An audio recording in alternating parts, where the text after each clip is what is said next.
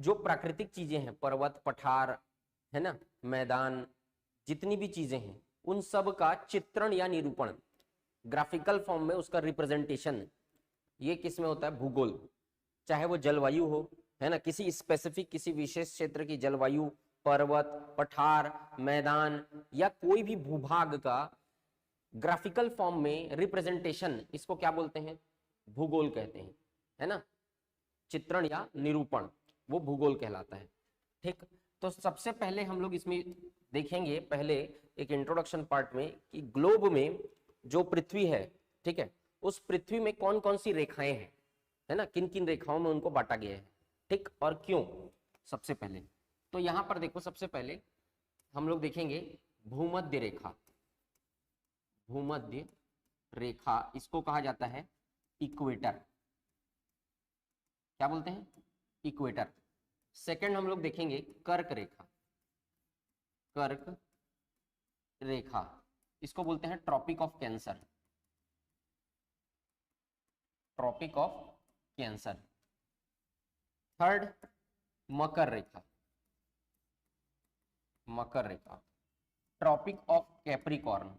इसका मैं नोट्स दूंगा आप लोग को, लेकिन नोट्स बनाओ आप लोग अभी, जो मैं, क्योंकि हाँ, क्योंकि आप लोग खुद से बनाओगे तब समझ में आएगा, नहीं तो फिर दिक्कत हो जाएगा। लाइव वाले भी पेन और कॉपी रखो, अलग से इंडियन ज्योग्राफी का कॉपी बनाओ, और उसमें जो बनवा रहा हूं मैं उसको नोट्स बनाओ इसका। पूरा कंप्लीट हो गया क्या? सीजी ज्योग्राफी तो कब का कंप्लीट हो गया भूपेंद्र जी। ट्रॉपिक ऑफ कैप्रिकॉर्न, मकर रेखा कितने डिग्री में है वो सब देखेंगे हम लोग, क्या होता है, कितने डिग्री में है। मैं आपको पहले बता रहा हूं कि क्या क्या पढ़ेंगे हम लोग, है ना।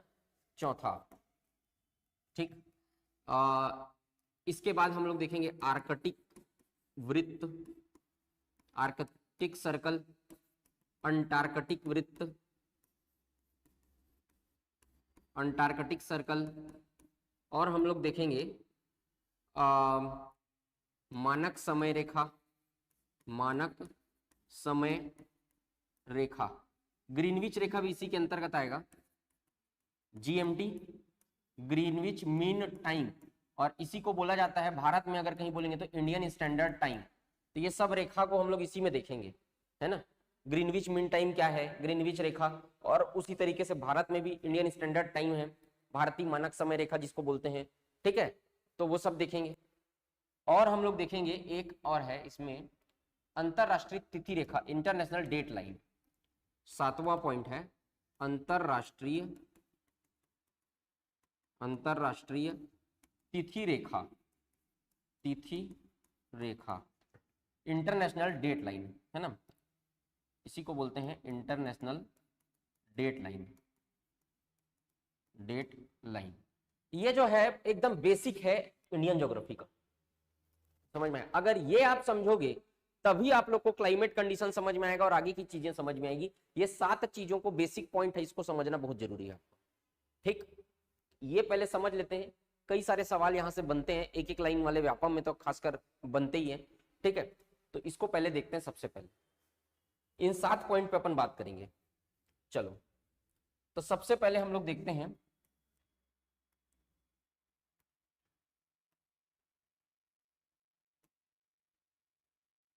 पृथ्वी कैसी है, पृथ्वी का आकार कैसा है।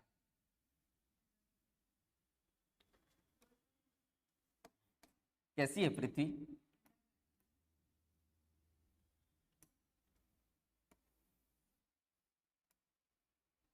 बताओ लाइव वाले।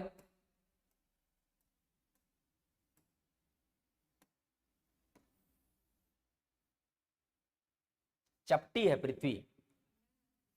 हाँ, अंडाकार भी बोलते हैं, लेकिन ऐसा अंडे के शेप में नहीं है, चपटा है, बीच से ऐसा चपटा हुआ शेप है, ठीक है, चपटी हुई है पृथ्वी, है ना। चलो, खैर वो तो अलग बात है, इधर देखते हैं। चलो, सबसे पहले अपन देखते हैं इसमें क्या क्या रेखा है। ये वाला जो पृथ्वी है ना, इस एक वृत्त मान लो इसको, ठीक है, एक फुटबॉल मान लो जैसे, तो भूमध्य रेखा जो है इसको ठीक ठीक 2 भागों में विभक्त करती है, जिसको इक्वेटर बोलते हैं हम लोग। ये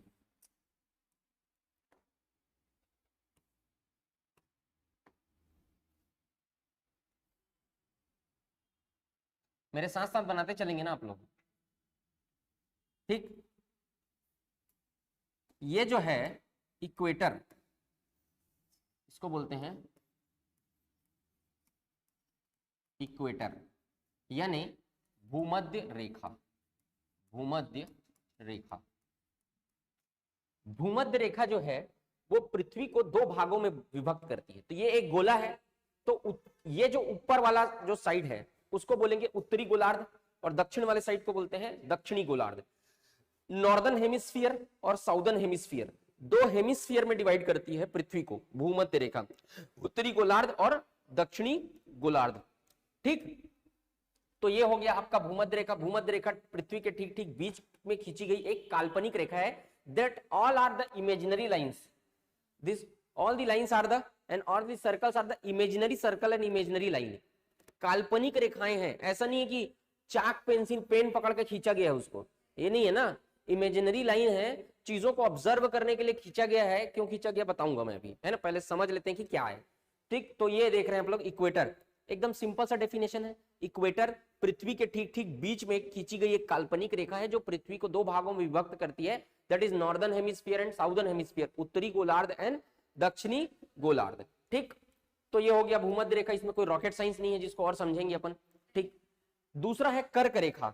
तो कर्क रेखा जो है वो यहां पर से ठीक, यहां पर से आप जब देखोगे तो भूमध्य रेखा के 23.5 डिग्री उत्तरी अक्षांश में खींची गई जो रेखा है, ठीक है, वो क्या है, कर्क रेखा। तो पहले तो समझते हैं अक्षांश क्या चीज है, उसके बाद आपको समझ में आएगा कि वो क्या है। देखो सबसे पहले समझते हैं हम लोग अक्षांश रेखा। अक्षांश रेखाएं, लैटिट्यूड लाइंस, लैटिट्यूड लाइंस, अक्षांश रेखा। भूमध्य रेखा ये है, भूमध्य रेखा के उत्तर और दक्षिण में पश्चिम से पूर्व की ओर खींची गई रेखाएं हैं।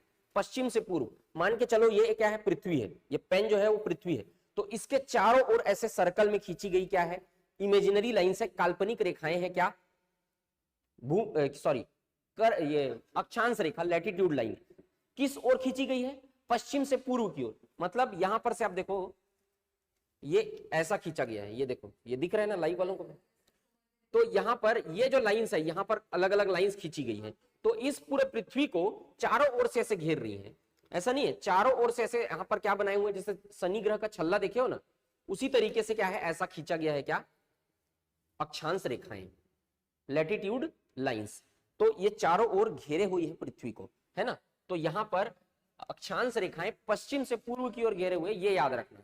तो यहां पर आप उत्तर, अब उत्तर में जो है भूमध्य रेखा से उत्तर में, उसको हम क्या बोलते हैं, उत्तरी अक्षांश, और भूमध्य रेखा से जो दक्षिण में जो रेखाएं हैं उसको क्या बोलते हैं, दक्षिणी अक्षांश रेखा कहते हैं, ठीक। अब यहां पर उत्तरी अक्षांश की अगर हम बात करेंगे तो उत्तरी अक्षांश में आप देखोगे एक एक डिग्री पे खींची गई है, एक एक डिग्री के अंतराल पे क्या खींची गई है, अक्षांश रेखाएं। अब अक्षांश रेखाओं का डेफिनेशन देखना। अक्षांश रेखा एक्चुअल में क्या है, कोणीय दूरी है, एंगुलर डिस्टेंस। अक्षांश रेखाएं वह कोणीय दूरी है जो भूमध्य रेखा के किसी बिंदु से, भूमध्य रेखा के केंद्र बिंदु से उत्तर या दक्षिण की ओर खींची गई है। कैसे, देखो एक एक डिग्री के अंतराल पे खींची गई रेखाएं हैं। मैं क्या बोल रहा हूं, अक्षांश रेखाएं भूमध्य रेखा के केंद्र या पृथ्वी के केंद्र से खींची गई कोणीय दूरी है जो एक एक डिग्री के अंतराल पे खींची गई है। कैसे, यहां पर देख लो आप, जैसे कि फुटबॉल इमेजिन करो, तो फुटबॉल में आप देखोगे 3D इमेज देखो, उसका जो सेंटर पॉइंट होता है वहां से खींची गई है। अब वहां से आप देखोगे नाप के हम लोग खींच रहे हैं, ये वाला सेंटर पॉइंट है, ठीक है। अब मैं क्या बोल रहा हूं, एक एक डिग्री के अंतराल पे, तो जो अक्षांश रेखा है वो है कोणीय दूरी है, एंगुलर डिस्टेंस है वो, एंगुलर डिस्टेंस। दैट मींस यहां पर आप देखो ये एंगुलर डिस्टेंस 1 डिग्री, तो 1 डिग्री उत्तर यहां पर, तो 1 डिग्री यहां पर पहले नाप लिए और 1 डिग्री से यहां पर खींच दिए।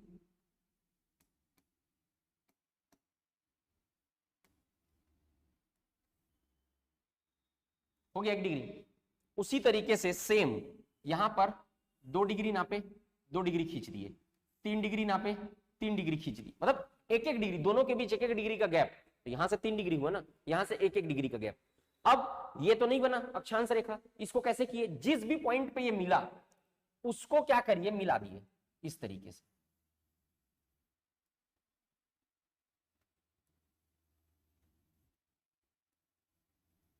ऐसे मिला दिए, उसी तरीके से पूरा कहां तक जाएगा ये,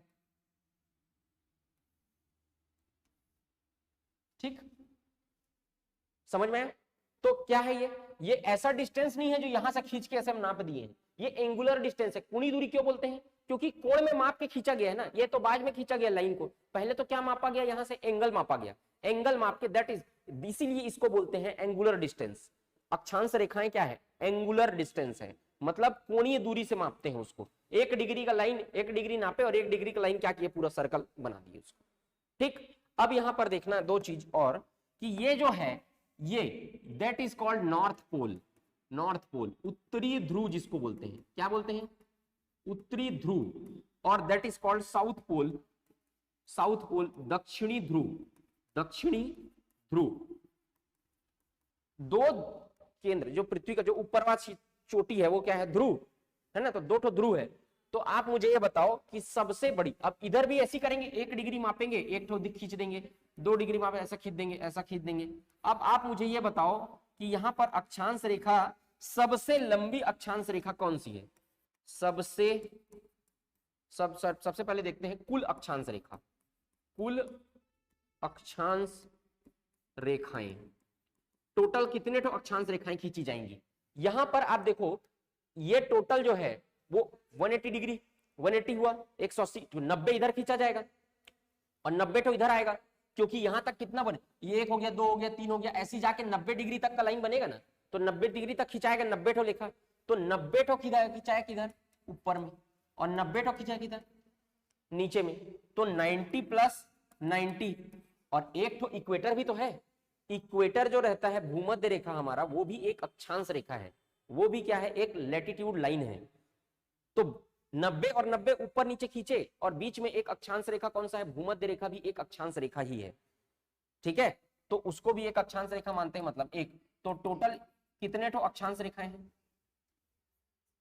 181, लाइव वाले ध्यान देना, 181 अक्षांश रेखाएं हैं टोटल पृथ्वी पर, ठीक। अब अक्षांश रेखाओं के बारे में ध्यान देना, सबसे बड़ी अक्षांश रेखा कौन सी है और सबसे छोटी अक्षांश रेखा कौन सी है, ये पेपर में आता है।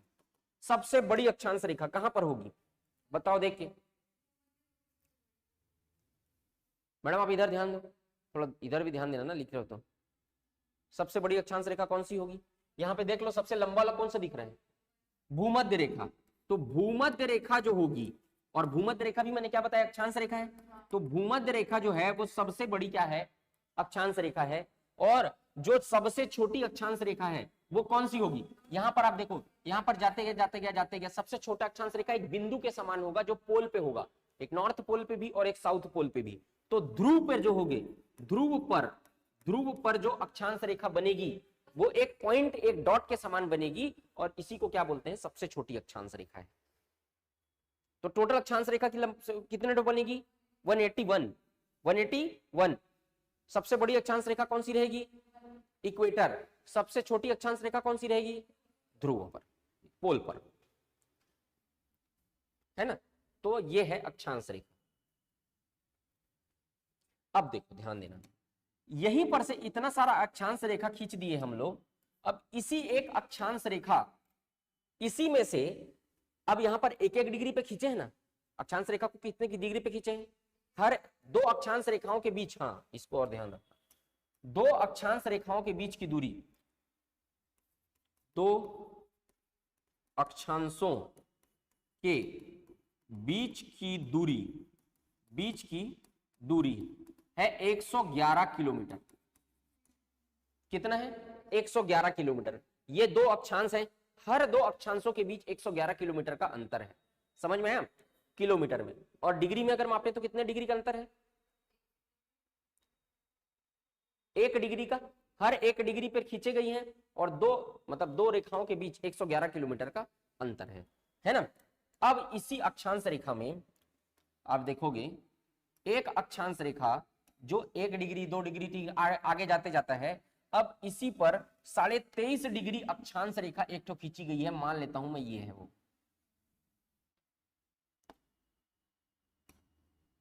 23.5 डिग्री क्या खींची गई है, अक्षांश रेखा। तो यहीं पर आगे जाते जाएंगे तो एक तो डिग्री आएगी 23.5 डिग्री अक्षांश रेखा। उसी अक्षांश रेखा को बोलते हैं कर्क रेखा, ट्रॉपिक ऑफ कैंसर। इसी को क्या बोला जाता है, कर्क रेखा। कितने डिग्री अक्षांश रेखा है, वो भी एक अक्षांश रेखा ही है, लेकिन 23.5 डिग्री अक्षांश रेखा है। उत्तरी मतलब उत्तरी ध्रुव की ओर जाएंगे तो 23.5 डिग्री अक्षांश रेखा को कर्क रेखा बोलते हैं। और इसी तरीके से जब आप दक्षिण में आओगे तो 23.5 डिग्री दक्षिणी अक्षांश रेखा, एक्चुअल में कर्क रेखा आप किसको बोलोगे, 23.5 डिग्री उत्तरी अक्षांश रेखा को कर्क रेखा बोलते हैं। और 23.5 डिग्री अगर आप दक्षिणी अक्षांश में आओगे तो उसी को बोलते हैं मकर रेखा।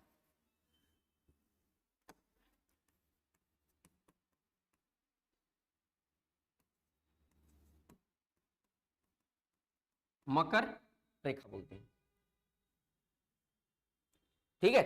तो ये हो गया कर्क रेखा, ये हो गया मकर रेखा। समझ में आ गया, इतना दिख रहा है कि नहीं है लाइव वालों को ठीक से। अब ये जैसे 23.5 डिग्री गए वैसी ऊपर जाओ अब और, तो एक रेखा है 66.5 डिग्री लाइन। ये वाला जो लाइन है, एक जगह पर पहुंचेंगे हम लोग जहां पे लाइन रहेगा 66.5 डिग्री लाइन। 66.5 डिग्री लाइन को हम कहते हैं आर्कटिक वृत्त। क्या कहते हैं, आर्कटिक वृत्त, आर्कटिक वृत्त।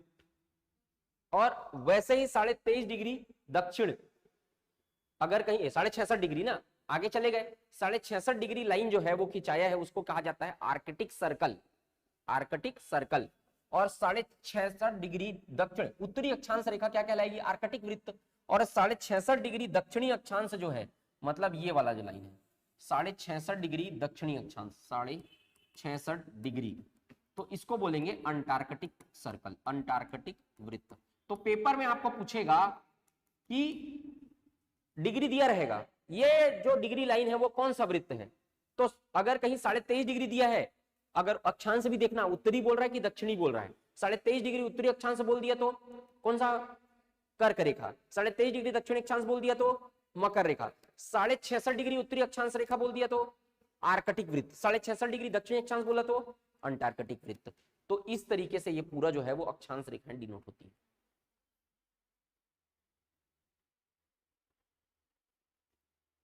समझ में आया, सबको बनाओगे अच्छे से कॉपी में साफ साफ।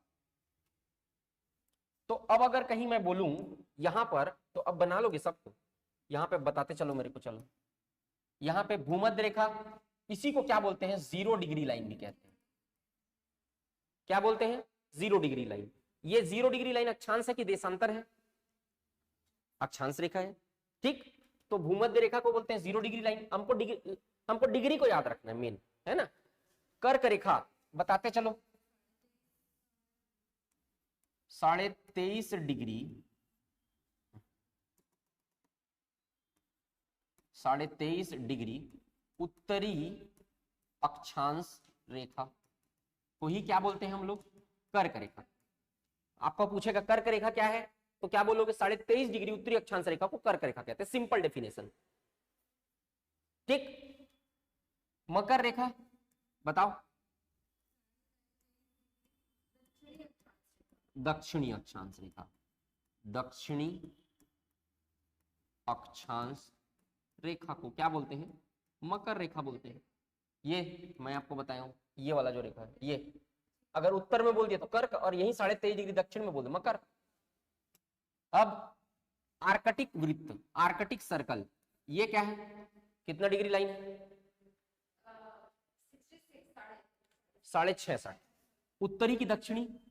इसमें ध्यान रखना ना, ऑप्शन में उत्तरी और दक्षिणी दोनों 66.5 करके दिया रहेगा, तो आपको ये दिमाग लगाना है कि आर्कटिक मतलब ऊपर वाला होगा, आर्कटिक, आर्कटिक सॉरी 66.5 डिग्री उत्तरी अक्षांश, 66.5 डिग्री, ये उत्तरी अक्षांश और दक्षिणी अक्षांश को याद रखे रहना। उत्तरी अक्षांश रेखा को क्या बोलते हैं हम, आर्कटिक सर्कल बोलते हैं। अब अंटार्कटिक सर्कल 66.5 डिग्री दक्षिणी कर देना है बस, और कुछ नहीं करना है। दक्षिणी अक्षांश रेखा को व्यापम में 1 नंबर में पूछता है, एकदम आसान सवाल रहता है। अगर आप इस डायग्राम को समझ गए तो कोई जो आपका ये है वो क्वेश्चन नहीं छूटने वाला है आपका, है ना।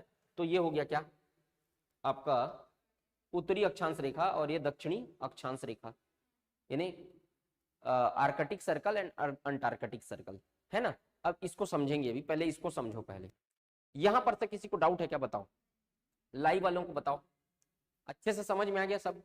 अब हम लोग पढ़ेंगे, पहले इसको पढ़ने से पहले, इन दोनों को पढ़ने से पहले हमको पढ़ना पड़ेगा लॉन्गिट्यूड लाइन, देशांतर रेखा। तो अक्षांश रेखा समझ में आया, दो अक्षांशों के बीच कितने डिग्री का डिफरेंस रहता है मैडम, दो अक्षांशों के बीच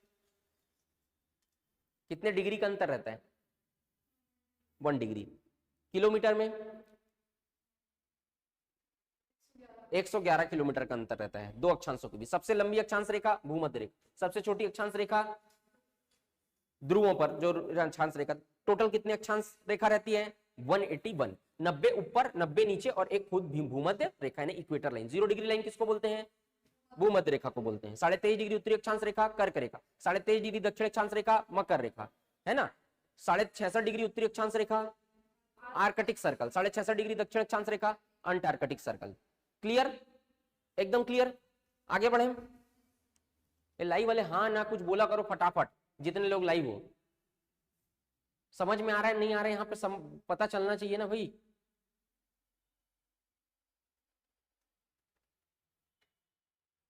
चलो अब हम लोग देखते हैं क्या, जैसे हम लोग अक्षांश रेखा देखे हैं, हेडिंग डालो देशांतर रेखा, तो ये तो अक्षांश हो गया।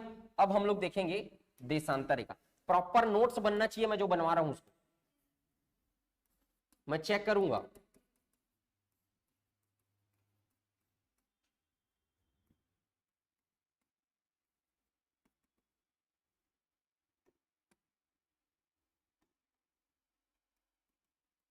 लॉन्गिट्यूड लाइंस, देशांतर रेखा, अब ये क्या होता है भाई, देखो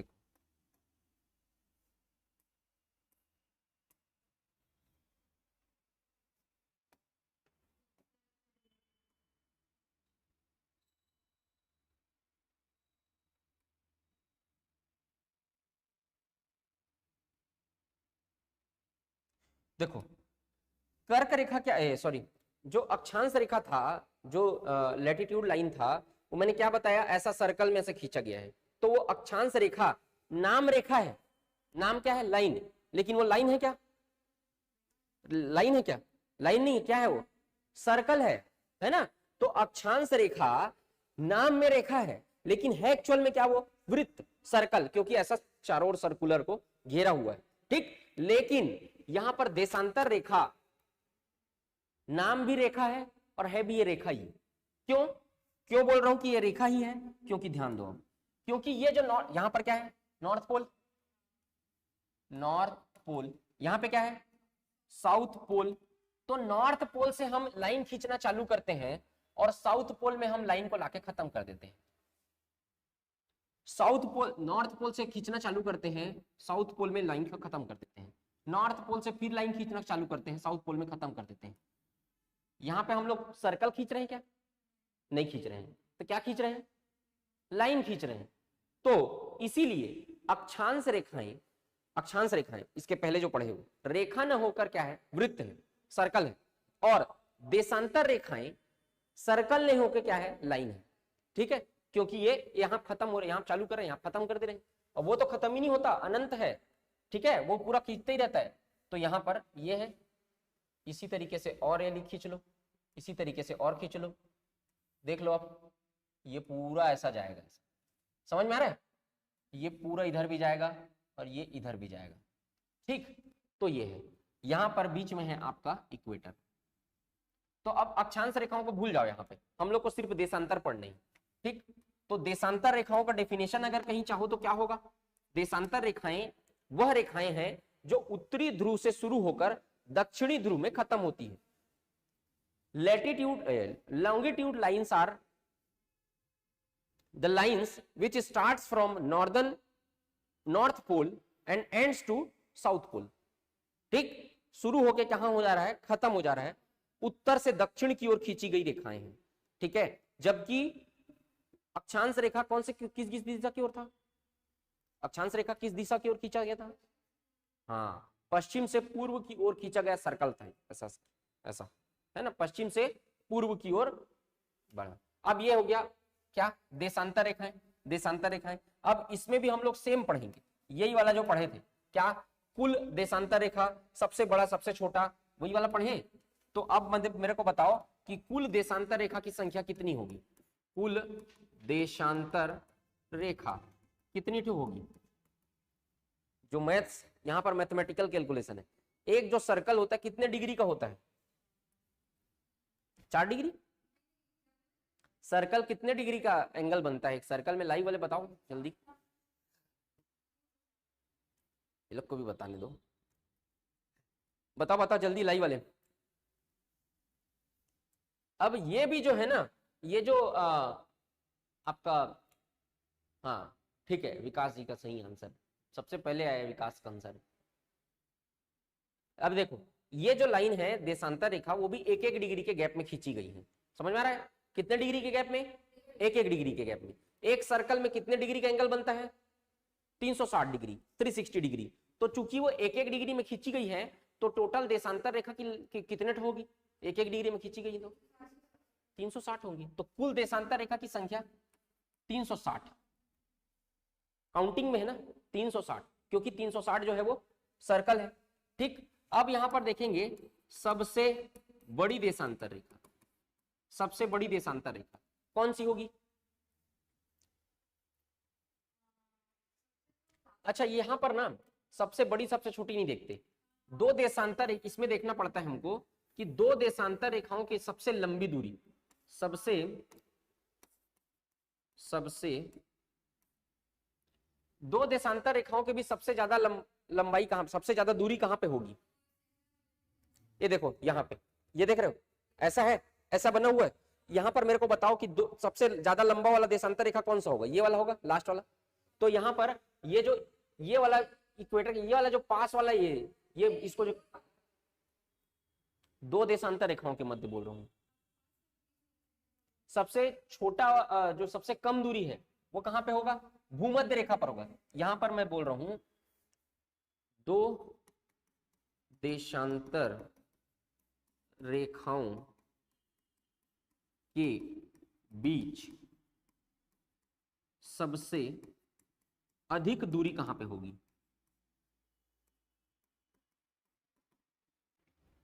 सबसे अधिक दूरी इक्वेटर के पास होगी ना, दो देशांतर रेखा सभी, मतलब ये सिर्फ इसमें की बात नहीं कर रहा हूं, सबसे ज्यादा देशांतर रेखा के मध्य की दूरी कहां होगी? इक्वेटर में। और जैसे जैसे ऊपर और नीचे जाते जा रहे हैं ये लोग, तो एक दूसरे के पास आते जा रहे हैं, देख लो, ये यहां पर जा रहा है, यहां पर ये वाले को, सबसे अंदर वाला का बात करते हैं। हाँ, भूमध्य रेखा के पास, इक्वेटर के पास सबसे ज्यादा दूर होगा दोनों, और जैसे जैसे ये ऊपर आते जा रहा है वैसे वैसे ये करीब आते जा रहा है। तो दो देशांतर रेखाओं के बीच सबसे अधिक दूरी कहां पे रहती है? भूमध्य रेखा पे, भूमध्य रेखा पे यानी इक्वेटर पे रहती है। और यहीं पर अगर दो देशांतर के बीच अगर सबसे कम दूरी, सबसे कम दूरी कहां पे होगी? कम दूरी होगी ध्रुवों पर, ध्रुवों पर। ये लाइन, दो लाइन समझ में आया कि नहीं आया? है ना? तो यहां पर दो देशांतर रेखाओं के बीच सबसे अधिक दूरी होती है भूमध्य रेखा पर यानी इक्वेटर पर, और दो देशांतर रेखाओं के बीच सबसे कम दूरी होती है कहां पे? यहां पर जाके सट गए हैं सब लोग, देखो ये देखो, है ना? तो यहां पर सबसे कम दूरी होती है। ठीक है, दो देशांतर रेखाओं के बीच की लंबाई, लंबाई होती है 111.2 किलोमीटर, 111.2 किलोमीटर। इसको याद रखना। दो देशांतर रेखाओं के बीच की लंबाई कितनी होती है? हाँ, 0.2 का डिफरेंस है।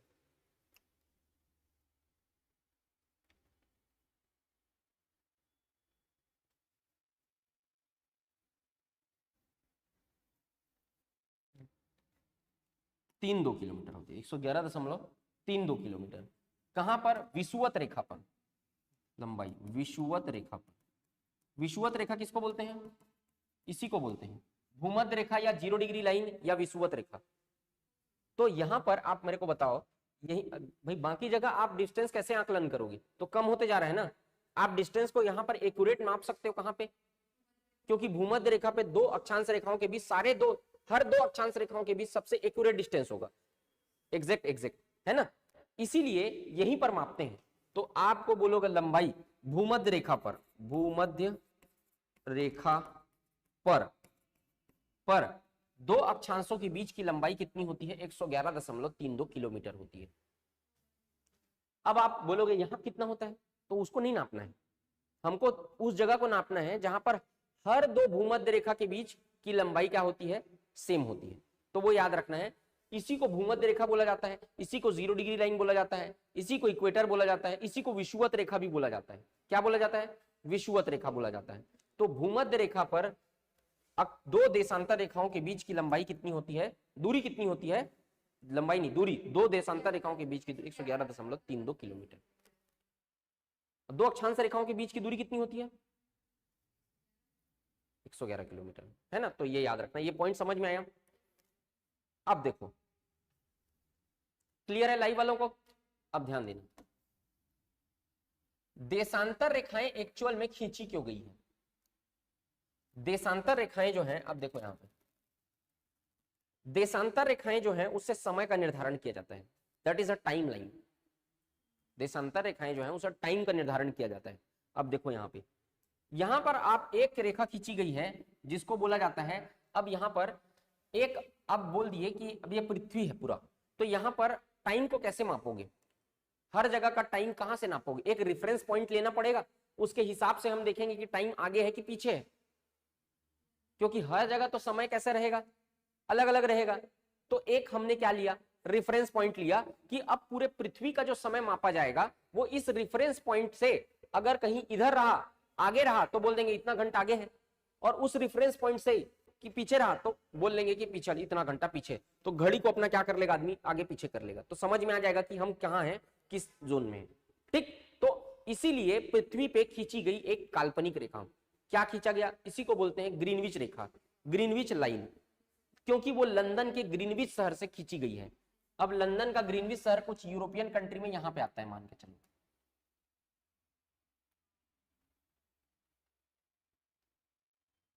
तो ये साउथ अफ्रीका, साउथ कंट्री से भी जाता है, इधर यहाँ पर अफ्रीकन कंट्री है, इधर यूरोपियन कंट्री है। तो यूरोपियन कंट्री में शहर है लंदन, लंदन का एक जगह है ग्रीनविच, जैसे छत्तीसगढ़ है, छत्तीसगढ़ का एक जगह है रायपुर, तो उसी तरह ग्रीनविच नाम का एक शहर है।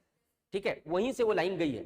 हालांकि वो और कई शहरों से भी वो लाइन गई है, लेकिन बाकी शहर का नाम क्यों नहीं रखे, थोड़ा फेमस टाइप का नाम होने दे। अफ्रीका कंट्री वाले तो खुद ही भीख मंगे हैं वो लोग, ठीक है, तो और कोई फेमस जगह वहां उतना ज्यादा है ही नहीं, है ना। तो यहां पर आप देखोगे ऊपर यूरोपियन कंट्री में देखिए कि सबसे फेमस शहर कौन सा है, थोड़ा बड़ा टाइप का, तो देखिए कि लंदन से गुजर रहा है ये, तो लंदन में ग्रीनविच नाम का जगह, तो ग्रीनविच लाइन बोल दिए, ग्रीनविच लाइन। इसको अगर अपन उसमें देखें, ग्रीनविच लाइन दिखाता हूँ।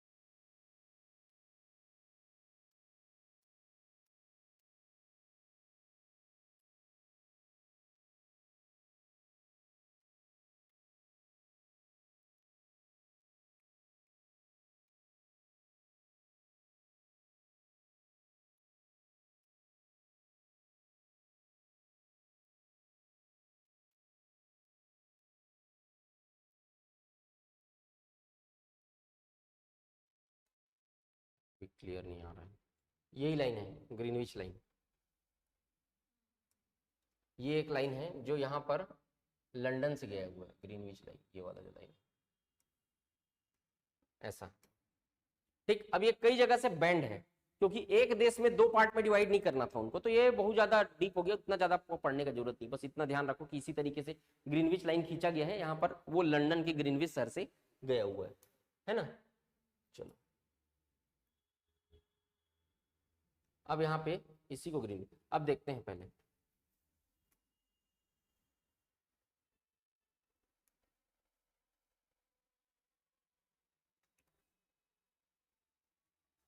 तो ये जो है वो है आपका ग्रीनविच लाइन, है ना, इसी को रेफरेंस पॉइंट माना गया है।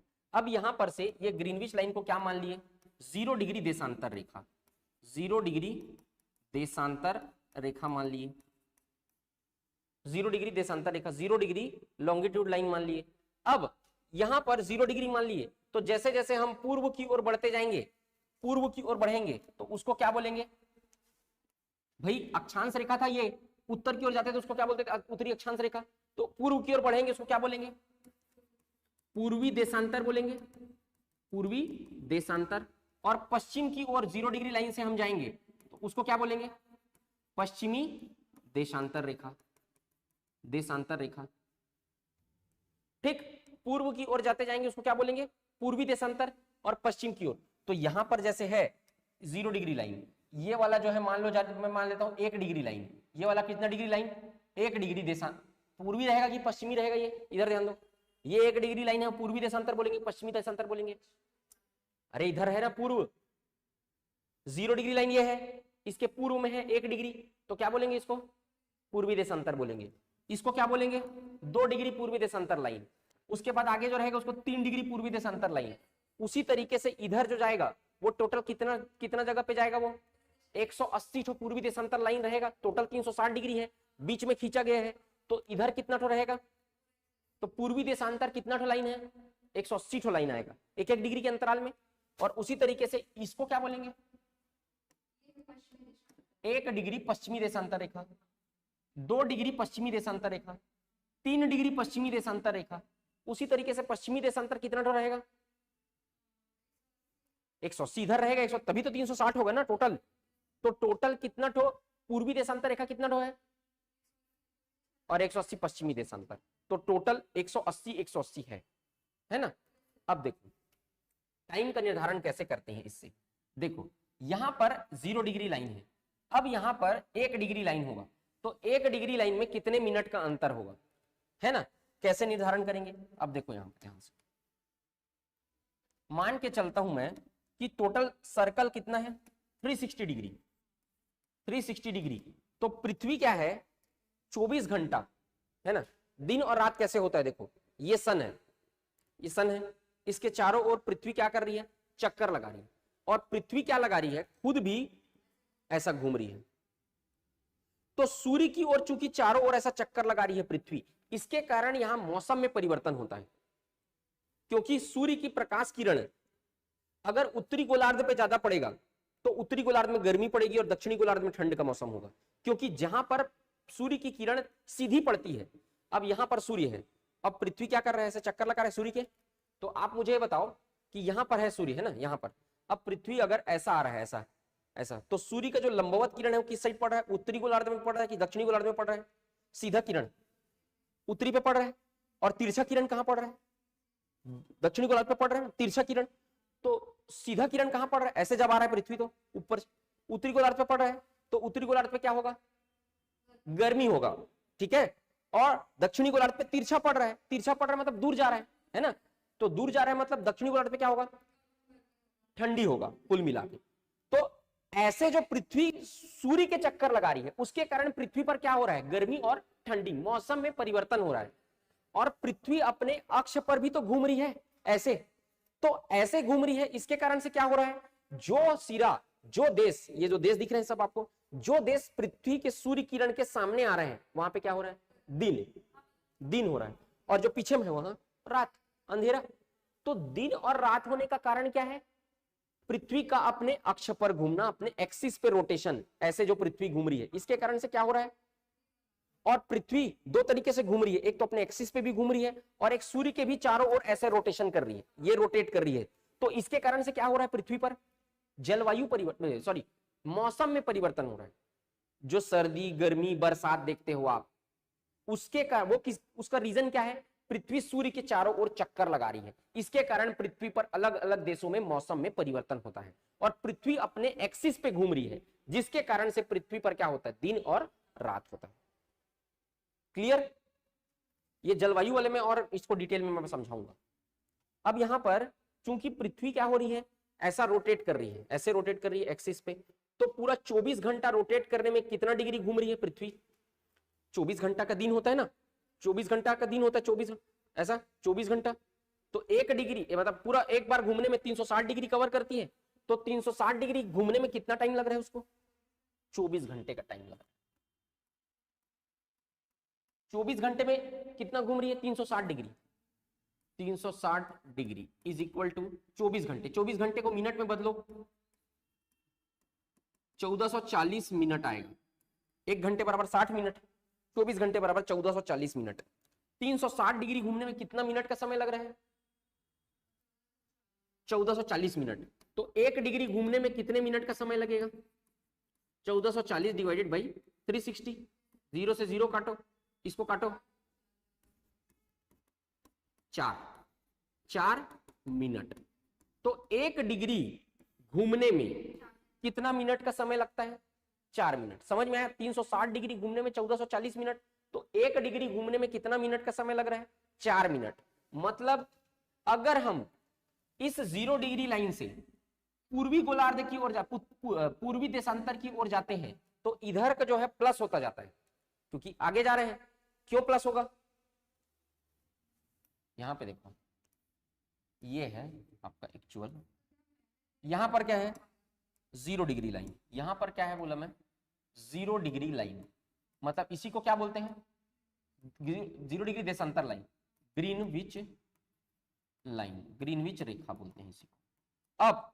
अब हम लोग जब इधर जा रहे हैं तो टाइम जो है प्लस होगा, और इधर जो जा रहे हैं वो टाइम जो होगा वो माइनस होगा, टाइम माइनस होगा। क्यों होगा? क्योंकि यहां पर आप देखो सूर्य इधर है ना, सूर्य इधर है।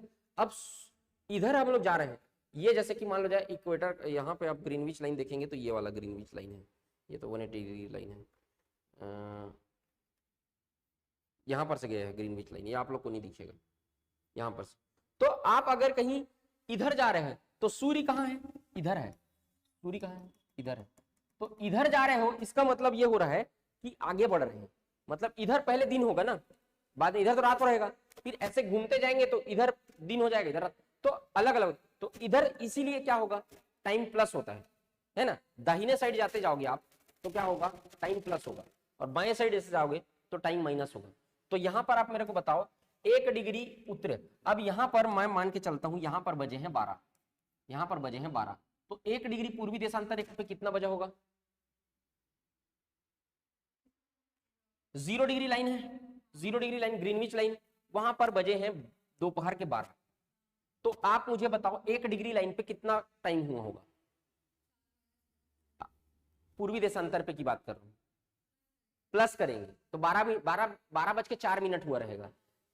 2 डिग्री पूर्वी देशांतर पे 12 बज के 8 मिनट हुआ रहेगा। उसी तरीके से 15 डिग्री पूर्वी देशांतर पे कितना टाइम हुआ रहेगा? 15 डिग्री पूर्वी देशांतर लाइन, 15 डिग्री पूर्वी देशांतर लाइन, तो 1 डिग्री में 4 मिनट, तो 15 डिग्री में कितना मिनट? 60 मिनट का अंतर आ जाएगा, 1 घंटा। तो यहां पर मेरे को ये बताओ आप कि यहां पे मान लो जाए 12 बजे हैं, 12 बजे हैं, तो 15 डिग्री पूर्वी देशांतर लाइन पे कितने बजे होंगे? 1 बजा। ये कंसेप्ट समझ में आया? और वैसे ही अगर हम लोग पीछे जाते जाते हैं, पीछे जाते जाते हैं, तो 15 डिग्री पश्चिमी देशांतर लाइन पे कितना बजा है? 11 बजा होगा। 30 डिग्री पश्चिमी देशांतर रेखा पे कितना बजा होगा? 10 बजे। उसी तरीके से 30 डिग्री पूर्वी देशांतर रेखा पे कितना बजेगा? यहां पे 12 बजा है, यहां पे 1 बजा है, 2 बजे। समझ में आया? जैसे जैसे हम ग्रीनविच लाइन से पूर्व दिशा की ओर इधर जाते जाते हैं, हमारा समय एक एक डिग्री के अंतराल पे 4-4 मिनट प्लस होते जाएगा, घड़ी का समय 4-4 मिनट आगे होते जाएगा। और जैसे जैसे हम इधर आते जाते हैं, घड़ी का समय 4-4 मिनट पीछे करते जाएंगे, क्योंकि हर एक डिग्री को पार करने में, एक डिग्री देशांतर के बीच, एक डिग्री आगे जाते जाओगे, इधर जाते हो तो 4 मिनट का अंतर रहता है। इधर माइनस करेंगे, उधर प्लस करेंगे। हाँ आता है वही सबसे, हाँ सबसे पहले वही आता है।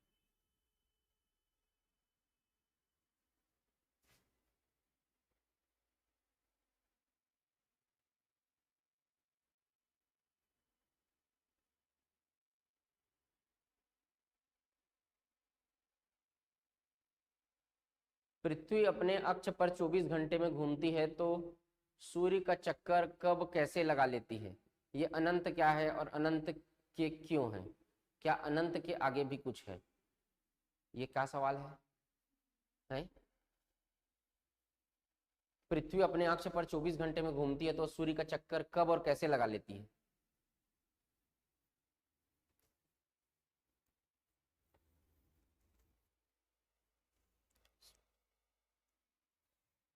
इस सूर्य देवता से जाके पूछना पड़ेगा। चलो इसको जब जलवायु वाला टॉपिक पढ़ाऊंगा ना, तो और मैं क्लियर कर दूंगा, है ना। अभी मैं जो ये समझा रहा हूं ना, उसको समझो।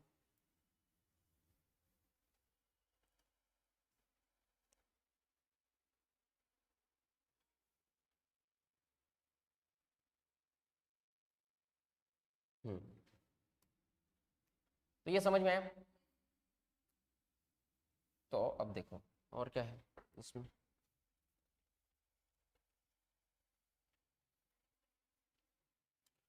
तो भारत की स्थिति क्या है? भारत की स्थिति, भारत कहां पे है? उत्तर पूर्वी गोलार्ध में क्या है? भारत है। यहां पे एक्चुअल स्थिति है। तो उत्तर पूर्वी गोलार्ध में क्यों बोलते हैं? ये अगर आप अक्षांशीय विस्तार देखोगे तो उत्तर और इधर क्या है? पूर्वी, है ना। तो यहां पर भारत को देखो आप, कुछ भारत जो है वो कुछ इस स्थिति में है। अगर कहीं मैं सर्कल की बात करूंगा, पृथ्वी की बात करूंगा, तो भारत की स्थिति कैसी है? यहाँ पे भारत है, यहाँ पे भारत है। तो उसी तरीके से यहाँ पे क्या है? 0 डिग्री लाइन है, 0 डिग्री लाइन है। और यहाँ पर क्या है? भूमध्य रेखा है, 0 डिग्री अक्षांश रेखा है, और ये 0 डिग्री देशांतर रेखा है। तो भारत की कुछ स्थिति, अब मैं 4 कोने टाइप का बना दिया हूँ ना एक्चुअल भारत में। तो आप ये बताओ, उत्तर अक्षांश, अक्षांशी विस्तार भारत का कैसा रहेगा? पूरा उत्तर उत्तर रहेगा ना। यहां भी उत्तर, यहां तमिलनाडु में उत्तरी अक्षांश रेखा गुजरेगी, कश्मीर से कौन सी अक्षांश रेखा? उत्तरी की दक्षिणी? उत्तरी ही गुजरेगी, क्योंकि इधर पूरा उत्तरी अक्षांश है। और देशांतर रेखा कौन सी गुजरेगी? यहां पर पूर्वी देशांतर गुजरेगी, और यहां पे क्या गुजरेगा? पूर्वी देशांतर रेखा। यही 1 डिग्री 2 डिग्री 3 डिग्री 4 डिग्री ऐसा आएगा ना। तो भारत की स्थिति कैसा है? उत्तर पूर्वी गोलार्ध में स्थित है भारत, पूर्वी गोलार्ध में स्थित है भारत, उत्तर पूर्वी गोलार्ध में स्थित है। अब यहां पर जो लाइन है देशांतर रेखा, देशांतर लाइन, लॉन्गिट्यूड लाइन, कितने डिग्री की लाइन है जो गुजरात से गुजरती है? 68 डिग्री 7 मिनट की जो लाइन है, 68 डिग्री 7 मिनट की जो लाइन है, वो गुजरात के से गुजरती है, गुजरात के गुहार मोती से, ठीक। और ये जो लास्ट में गुजरता है अरुणाचल प्रदेश से, वो लाइन है कितना है? 97 डिग्री 25 मिनट, 25 मिनट। तो 97 डिग्री 25 मिनट का कौन सा लाइन है?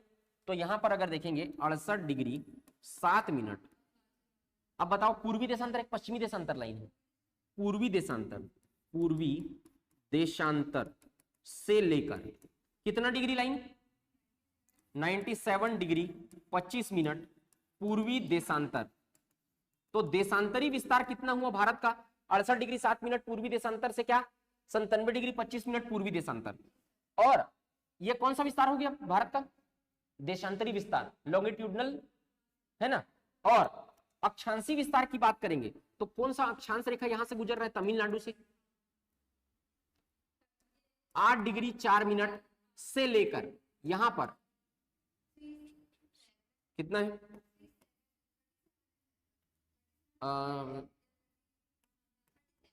37 डिग्री 6 मिनट लाइन है ना। तो यहां पर आप देखेंगे 8 डिग्री 4 मिनट उत्तरी अक्षांश। अब दोनों अक्षांश अक्षांश क्या रहेगा, उत्तरी अक्षांश रहेगा, से लेकर क्या 37 डिग्री 6 मिनट उत्तरी अक्षांश। तो ये क्या है, भारत का देशांतरी विस्तार है और ये अक्षांशी विस्तार है। ये समझ में आया एक्चुअल में। हाँ, तो ये देशांतर देशांतर पूरा पूर्वी देशांतर रहेगा और अक्षांश पूरा उत्तरी अक्षांश रहेगा, क्योंकि भारत उत्तर में स्थित है, उत्तरी अक्षांश में स्थित है और पूरा पूरा पूर्वी गोलार्ध में स्थित है, तो पूर्वी देशांतर रहेगा। ठीक है। अब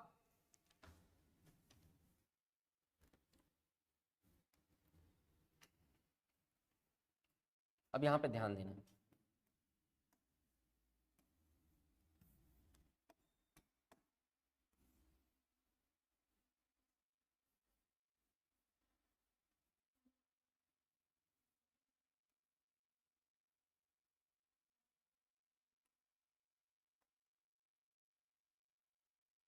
यहां पे देखो, यहां पे हम लोग देखेंगे ये कौन सा लाइन गुजरा है यहां से 68 डिग्री 7 मिनट, और यहां पर कौन सा लाइन गुजरा है 97 डिग्री 25 मिनट का लाइन गुजरा है। अब आप मुझे ये बताओ कि जो देश, मैंने क्या बताया था आपको, जो भी कंट्री जो ये भारत है, ये भारत है ना। अब भारत जो पृथ्वी है वो किस किस की दिशा में घूम रही, पश्चिम से पूर्व की ओर, पश्चिम से पूर्व की ओर घूम रही है।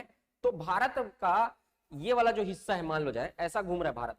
अब यहां पर देखना, ये वाला जो है वो अरुणाचल प्रदेश है, अरुणाचल प्रदेश सबसे पूर्वी छोर, और ये पश्चिमी छोर गुजरात है।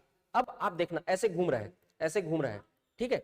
अरुणाचल प्रदेश ये है, तो अरुणाचल प्रदेश, अब यह सूर्य है, तो अरुणाचल प्रदेश पहले आएगा सूर्य के सामने की गुजरात पहले आएगा, अरुणाचल प्रदेश पहले आएगा, ऐसे घूम रहे तो ये अरुणाचल प्रदेश वाला हिस्सा पहले आएगा ना।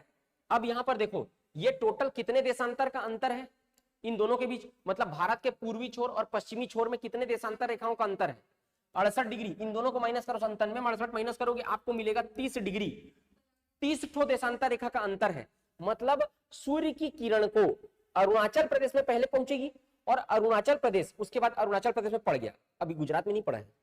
अब गुजरात में पढ़ने के लिए ऐसा जाना पड़ेगा ना, तो सूर्य की किरण को अरुणाचल प्रदेश से गुजरात पहुंचने के लिए कितना डिग्री देशांतर क्रॉस करना पड़ेगा, कितना ठो देशांतर रेखा को क्रॉस करना पड़ेगा सूर्य की किरण को अरुणाचल प्रदेश से गुजरात पहुंचने के लिए 30 ठो देशांतर रेखा को क्रॉस करना पड़ेगा, तब ना गुजरात पहुंचेगी।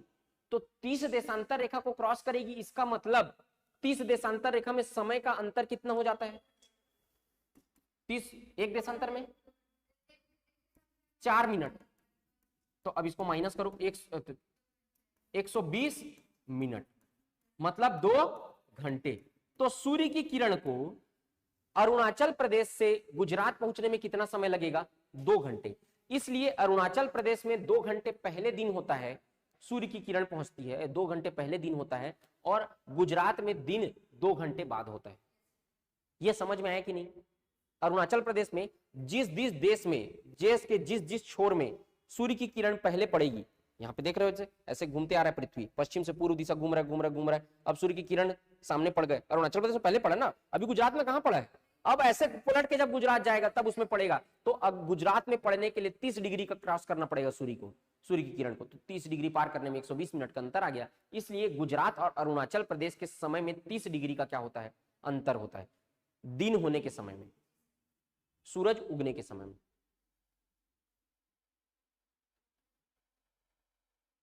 एनसीईआरटी के बुक में 22.5 डिग्री पूर्वी देशांतर रेखा दिया। अरे भाई 22.5 डिग्री पूर्वी देशांतर मानक समय रेखा है। आईएसटी को तो मैं बताना चालू ही नहीं किया हूं अभी, मैं वो टॉपिक ही चालू नहीं किया हूं अभी, थोड़ा धैर्य रखो, बताऊंगा सबको।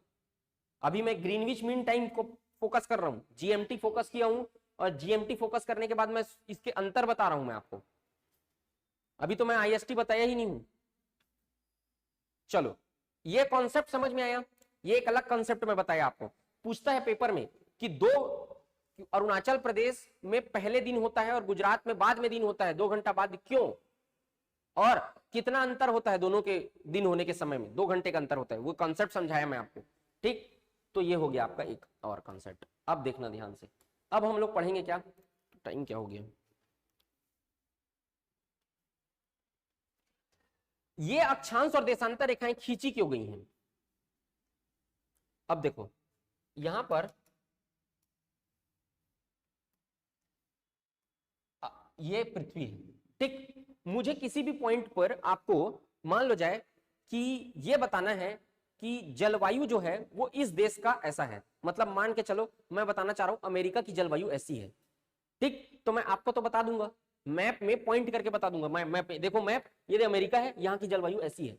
और मैं मशीन को कैसे बताऊंगा कि यहाँ जलवायु ऐसी है? मशीन के पास थोड़ी दिमाग है, मेरे हाथ को देखते रहेगा यहाँ पे है देख करके। तो आप मैकेनिकल इक्विपमेंट्स को कैसे बताओगे कि यहाँ जलवायु ऐसी है? अगर कोई फ्लाइट में ट्रेवल कर रहा है, आपको बताना है, अपना लोकेशन बताना है आपको। मान लो जाए आप यहाँ पे बैठे हो इंडिया में, ठीक है, फ्लाइट है यहाँ पे, तो अपना लोकेशन आप फ्लाइट को कैसे बताओगे कि मैं यहाँ पे खड़ा हूं? था चुनौती। आप रॉकेट लॉन्चर में जब मिसाइल लॉन्च होगी तो मिसाइल कंप्यूटर जो है किसकी भाषा समझता है? 0 और 1 दो ही चीज को समझता है वो, ठीक है। तो आप कंप्यूटर इक्विपमेंट को, मैकेनिकल इक्विपमेंट्स को, सॉफ्टवेयर को कैसे समझाओगे कि तुमको यहां पर जाके गिरना है? तो उसके लिए क्या चाहिए? नंबर चाहिए। सब चीज को क्या किसमें रिप्रेजेंट कर पाओ? नंबर में रिप्रेजेंट कर पाओ, ये चाहिए। उसके लिए क्या खींचा गया? लॉन्गिट्यूड एंड लैटिट्यूड लाइन खींचा गया, अक्षांश और देशांतर रेखाएं।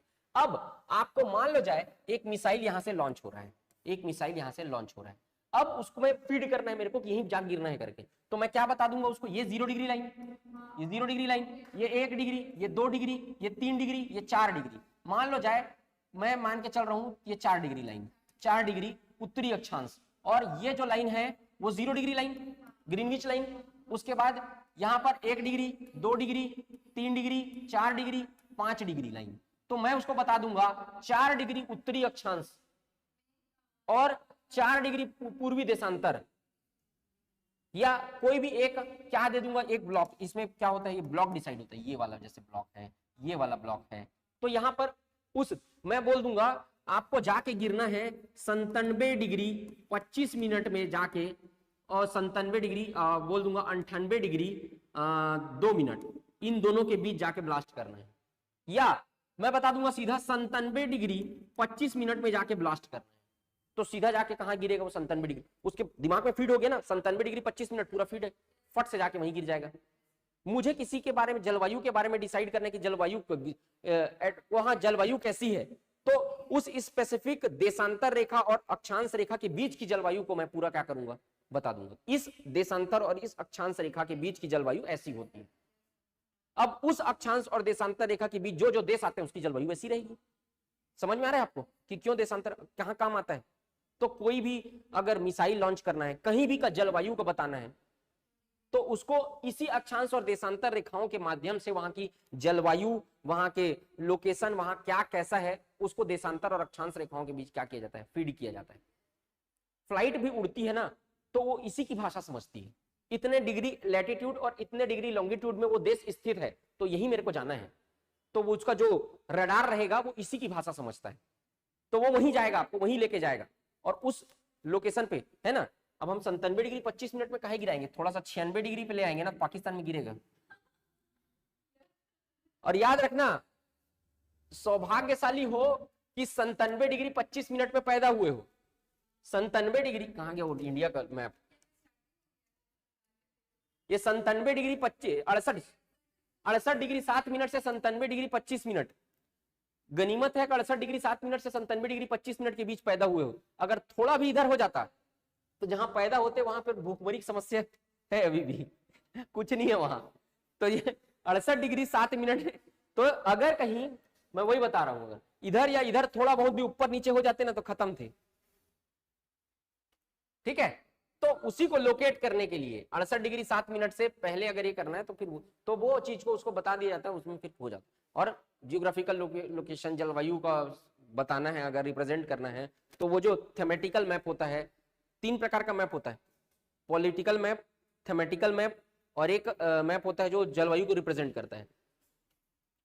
ठीक है, तो उन सब मैप के बारे में भी बताऊंगा मैं आपको, पहले इसको समझो। ये समझ में आ गया? तो इतना कवर करके आओ, फिर हम लोग कल क्या पढ़ेंगे? आईएसटी, तो इंडियन स्टैंडर्ड टाइम कल बताऊंगा आईएसटी क्या होता है। यहां पर यहां तक कवर कर लिए ना हम लोग। ये मानक समय रेखा IST कल पढ़ेंगे और इंटरनेशनल डेटलाइन कल पढ़ेंगे। लाइव वालों को क्लियर है?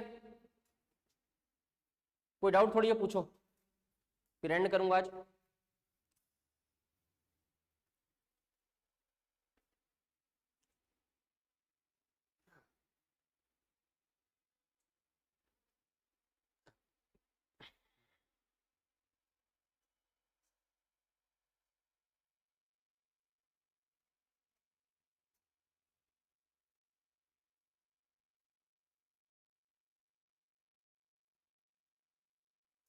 ठीक, तो इतना रिवाइज करके आओ, मैं कल क्वेश्चन पूछूंगा और इसके फिर आगे बढ़ेंगे हम लोग, है ना। चलो।